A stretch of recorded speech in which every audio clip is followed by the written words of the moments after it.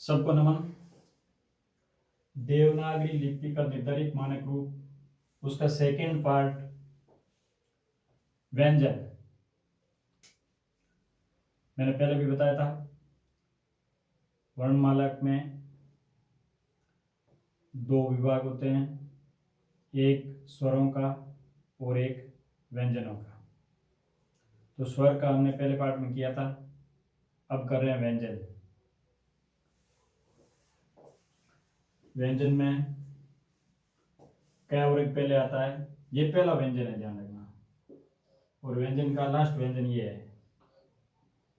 पूछा भी जाता है। कै वर्ग में क, ख, ग, घ, ङ। च वर्ग च, छ, ज, झ, य। ट वर्ग ट, ठ, ड, ड़, ढ, ढ, ण।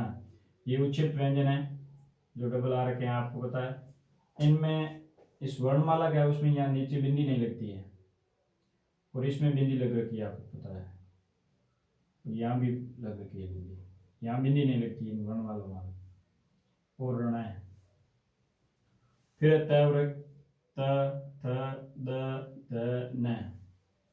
प वर्ग में प, फ, ब, भ और म। फिर अंतस्थ है य, र, ल, व। देखो ल, व अंग्रेजी वाला। पुष्प स, स, है। ये बहुत इंपॉर्टेंट है, ये बहुत बार आ रखा है। इनका क्रम यही होता है, स का। पहला स ये होगा, दूसरा पहला स शंकर वाला, दूसरा षटकोण वाला और तीसरा सड़क वाला स होगा। ये ध्यान रखें, बहुत इंपॉर्टेंट है। इनका क्रम पूछा जाता है, कई बार एग्जाम में पूछा गया है, तो बदल के दे देते हैं। और ये क्रम होता है।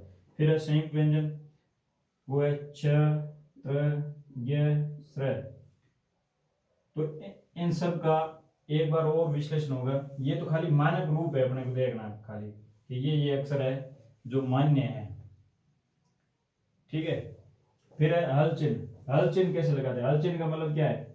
जैसे क है, क में हल लग रखा है, तो ये व्यंजन है खाली, इसमें स्वर नहीं है। जब इसमें स्वर होगा तो ये हल चिन्ह हट जाएगा, ये ध्यान रखना है। और बहुत सारे ऐसे शब्द होते हैं जिनमें हल चिन्ह लगा रहता है, क्योंकि उनका आधा रूप आता है, वो बिना स्वर के आते हैं। जैसे प्रहलाद, तो इसमें है लगा है, ये आधा है, इसमें व्यंजन नहीं है। पट्टा, पै में देखो। अपराहन, ये देखो, ठीक है। और कोई भी अक्षर में हल लग रखा है ऐसा चिन्ह, इसका मतलब है कि उसमें स्वर नहीं है, ये ध्यान रखना है। फिर कुछ स्वर है हमने दूसरी भाषाओं से ग्रहण किए, उन्हें ग्रहित स्वर भी कहते हैं। जैसे एक है ओ,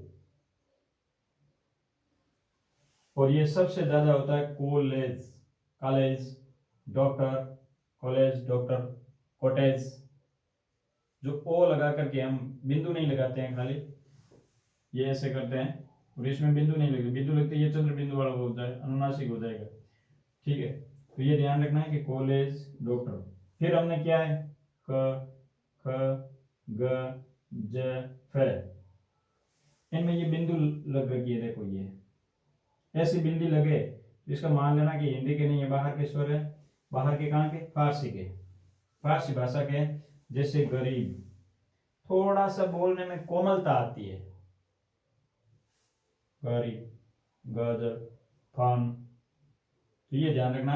और ये यहाँ पर जैसे पूछ लिया जाता है कभी कभी, जैसे कोई भी वर्ण है तो उसके आगे की तरफ या नीचे आगे की तरफ ये बिंदी लग रखी है, इसका मतलब क्या है कि ये फारसी के स्वर है, उससे बने हुए हैं, ये ध्यान रखना है। और यही मानक है पूरी वर्णमाला का।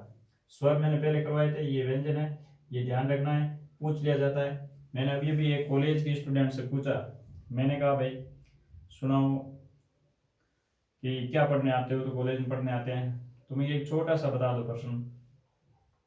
तो क्या मैंने पूछा भाई वर्णमाला में व्यंजन का पहला अक्षर कौन सा है? तो वो ए बता रहा है, बल्कि ए स्वर का। है क्या, क। ठीक है, क्यों?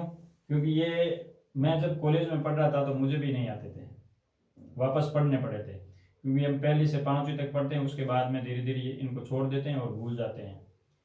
बल्कि आगे कंपटीशन में जो भी आप एग्जाम दोगे उनमें ये पूछे जाते हैं, हिंदी व्याकरण के रूप में इनका आता है। अगला हम करेंगे वर्ण विचार। वर्ण विचार में पूरी पूरी वर्णमाला का एक एक अक्षर का पहचान होगी, मतलब वो कहाँ से बोला जाता है, उसकी पहचान क्या है। जैसे क क्या है, कंठीय है, कंठ से बोला जाता है। फिर ये सगोश है या अगोश है। फिर ये महाप्राण या अलप्राण है, पूरे पूरा।